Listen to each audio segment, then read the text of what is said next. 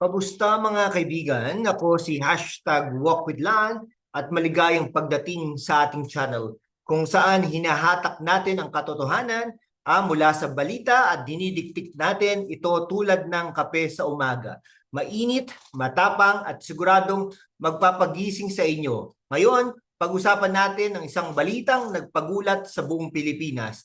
Si Mayor Vico Soto, ang rockstar ng Pasig, ay sinabing wala siyang balak tumakbong bilang pangulo sa 2028. Wala po akong balak, no? Sabi niya, no? Talagang pero teka mga kaibigan, bago kayo mag-emote at maglabas ng pansyo, hayaan ninyo akong dalhin kayo sa isang ilang mga minuto na paglalakbay, punong-puno ng katotohanan, pagsusuri at syempre kaunting tawa. Anong ibig sabihin nito para sa kinabukasan ng Pilipinas? Ba't ayaw ni Vico ang corona ng Malacanang at ano ang mas malaking larawan sa likod ng kanyang desisyon? Kaya't humanda na mga kaibigan dahil ito ang pinakamasinsinang pagsusuri na inyong makikita. Kaya i-like na yan, i-subscribe at i-share na yan. Huwag kalimutang mag-super thanks para suportahan ang content natin. Mga kaibigan, sino si Vico Soto? Kung ikaw ay naninirahan sa ilalim ng bato, hayaan mo ikwento ko sa iyo. Si Vico ay hindi basta-basta politikong ipinanak sa ginto. Siya ang batang lalaking tumapo sa 27 years na pamumuno ng Eusebio Dynasty sa Pasig noong 2019. Imagine mo yan isang 29 years old na lalaki, bagong-bago sa politika na kinakalaban ng isang political juggernaut. Parang si David laban kay Goliath. Pero sa halip na bato, ang gamit ni Vico ay transparency, reforms, at isang matibay na paniniwala ng good governance. Sa ilalim ng kanyang pamumuno, ang Pasig ay naging modelo ng good governance mula sa paglilinis ng korupsyon, sa procurement, hanggang sa pagbibigay ng libreng sakay sa mga tricycle driver. Si Vico ay naging simbolo ng pagbabago. Noong 2021, kinilala siya ng US State Department bilang isa sa 12 na Global Anti-Corruption Champions. Pero bakit sa kabila ng kanyang tagumpay, ang sinasabi niyang hindi ko balak tumakbo sa national elections? Mga kaibigan, ang desisyon ni Vico ay hindi lang basta pag-iwas sa limelight. Sa isang bansang nahuhumaling sa mga political dynasty, kung saan ang apelyido ay parang magic spell, ang pagtanggi ni Vico sa presidential race ay isang malaking statement. Sinasabi niya, hindi porket politiko ka, kailangan mong umakyat pataas ng pataas. Ayaw nyo ng traditional politics, di ba? Ito ay isang paghamon sa ating kultura ng trapo politics. Sa Pilipinas, parang default ng mga politiko lokal ay gagapang sa pataas. Mula mayor hanggang senador, hanggang pangulo, pero si Vico siya ang nagsasabing hindi iyon ang tanging landas. Ano kaya ang mas malalim niyang dahilan? Alam niyo, kung ako si Vico, baka natakot ako sa ideya ng pagiging pangulo. Kasi naman sa Malacanang, ang daming drama. Parang teleserye na walang katapusan. May impeachment, may intriga, may troll army. Kaya siguro sinabi ni Vico, pass muna ako. Masaya na ako sa Pasig. May libreng wifi kami dito. Ay nako, fast forward sa eleksyon 2025. Si Vico kasama ang kanyang giting ng Pasig Slate ay nagwagi ng landslide victory laban sa kanyang kalaban, si Sara Diskaya.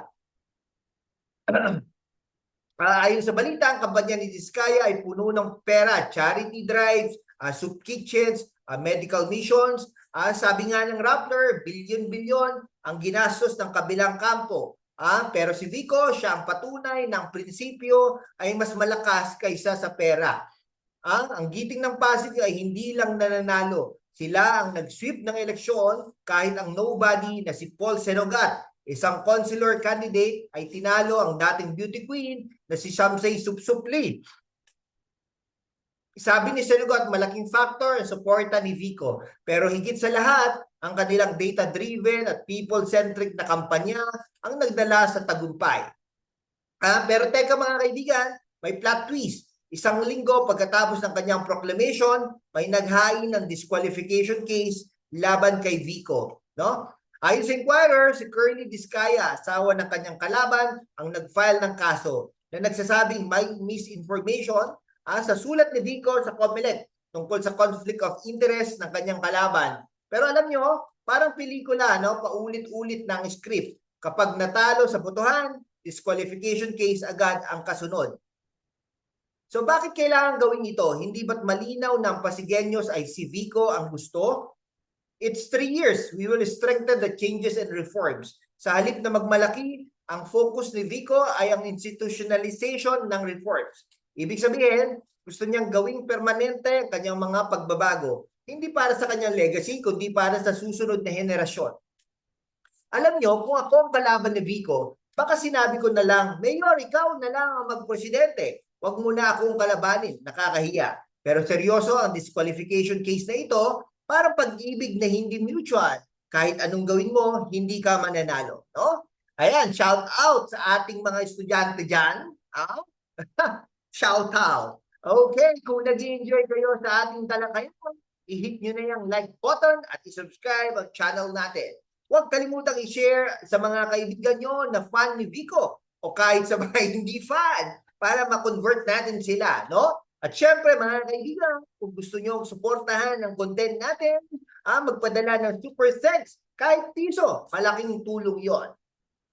Ngayon, pag-usapan natin ang elepante sa silid. Bakit ayaw ni Vico tumakbo bilang Pangulo? Sa X, ang daming nagsasabi, Vico, ikaw ang hinintay ng Pilipinas. May nagsabi pa nga, pag si God na ang nagsabi, wala ka nang magagawa. No? Pero si Vico, matatag ang sagot.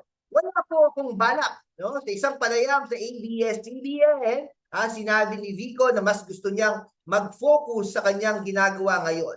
Ang pamumuno sa Pasig. Pero teka mga kaibigan, hindi ba't parang pelikulang Marvel ito? Si Vico ang superhero na ayaw maging Avengers leader dahil mas gusto niyang maging friendly neighborhood.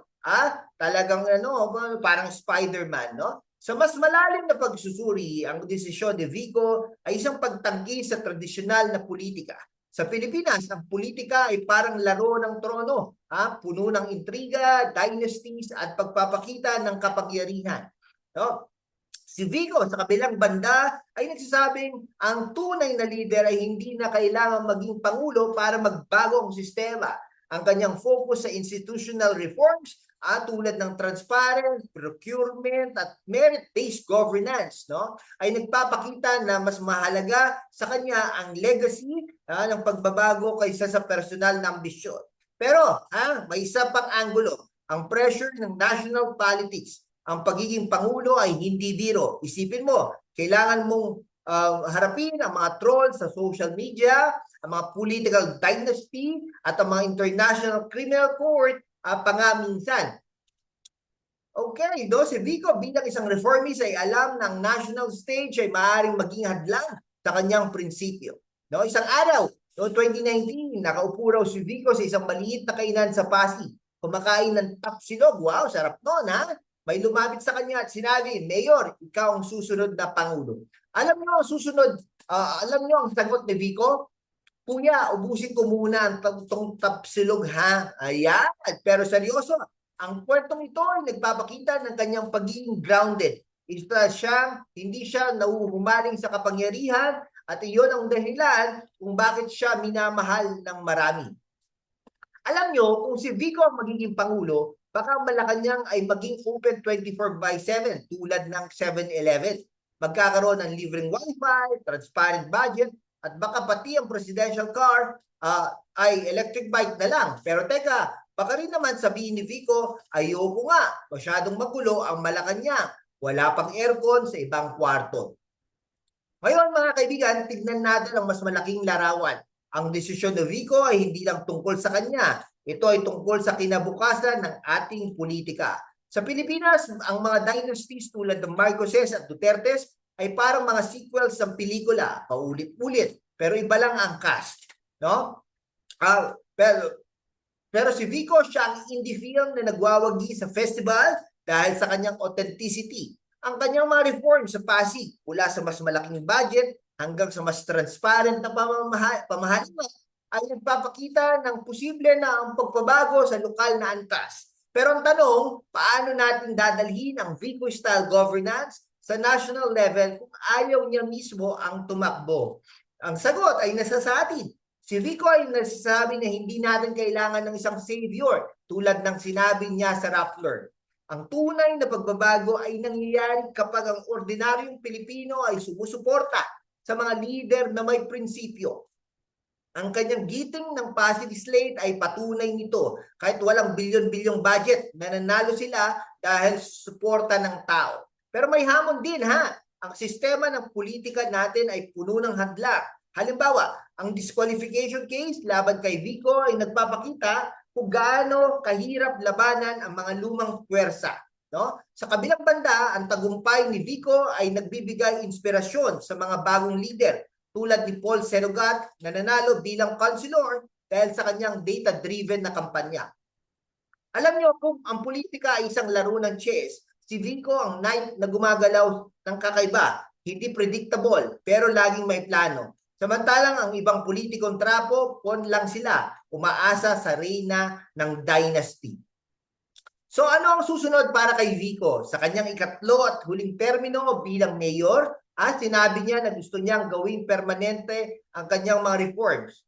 It cannot be just one good leader. Gusto niyang sanayin ng mga susunod na henerasyon ng mga leader, mga batang may prinsipyo, hindi mga trapo. At para sa atin, ang hamon ni Vico ay simple. Huwag tayong umasa sa isang tao para baguhin ang Pilipinas. Kung gusto natin ng Vico-style governance sa Malacanang, kailangan natin suportahan ang mga bagong leader mula sa barangay hanggang sa kongreso. Isipin nyo ito ha, noong 2019, isang batang lalaki ang naglakas loob na kalabanin ng isang political dynasty. 6 na taon mamaya, no? Siya ang hinintay natin para maging pangulo. Pero sinabi niya, hindi ako ang sagot, kayo ang sagot. Iyan ang kwento ni Vico Sotto, isang leader na hindi naghahangad ng corona, kundi ng pagbabago. Mga kaibigan, iyan ang kwento ni Vico Sotto, no? Ang mayor na ayaw maging pangulo. Pero, no, nagbigay ng inspirasyon sa milyong-milyong Pilipino. Anong inyong opinion? Sa tingin niyo ba magbabago pa ang isip ni Vico? O dapat na ba natin hanapin ang susunod na Vico sa ating komunidad? I-drop nyo ang inyong comment sa baba at huwag kalimutang i-like at i-subscribe ang channel natin. Kung nagustuhan nyo ang malalim na pagsusuri natin ngayon, magpadala ng super thanks para suportahan ang aming content. At syempre, i-share nyo ito sa mga kaibigan nyo kasi ang pagbabago ay nagsisimula sa pag-uusap. Salamat sa inyong panonood at hanggang sa susunod na episode. Magandang araw sa inyong lahat.